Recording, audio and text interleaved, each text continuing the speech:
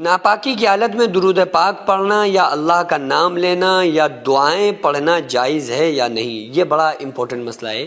کہ اگر کوئی بندہ یا عورت یا مرد ناپاکی کی حالت میں ہے تو وہ اس میں اللہ کا نام لے سکتے ہیں یا نہیں لے سکتے ہیں، یا جو وظائف ہیں، ذکر و اذکار ہیں، درود پاک ہے یا دعائیں وغیرہ، یہ سب پڑھ سکتے ہیں نہیں پڑھ سکتے، ٹھوکر لگ رہی ہے یا اللہ خیر کہہ سکتے ہیں یا نہیں کہہ سکتے ہیں، کیونکہ وہ تو ناپاک ہیں۔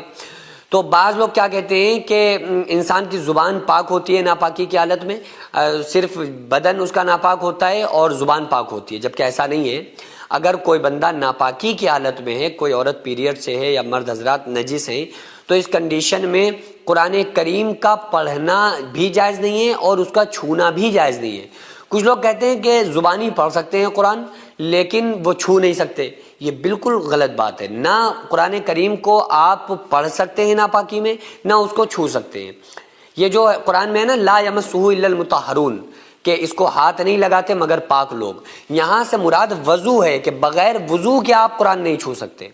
ناپاکی کی حالت میں تو قرآن کا پڑھنا بھی جائز نہیں ہے، اس کو چھونا بھی جائز نہیں ہے۔ آپ زبانی بھی اگر قرآن پڑھ رہے ہیں نا ناپاکی کی حالت میں، یہ بھی جائز نہیں ہے۔ ہاں، اتنی اجازت ان اساتذہ کے لیے ہے جو پڑھاتے ہیں، پڑھانے والے لوگ جو ہیں،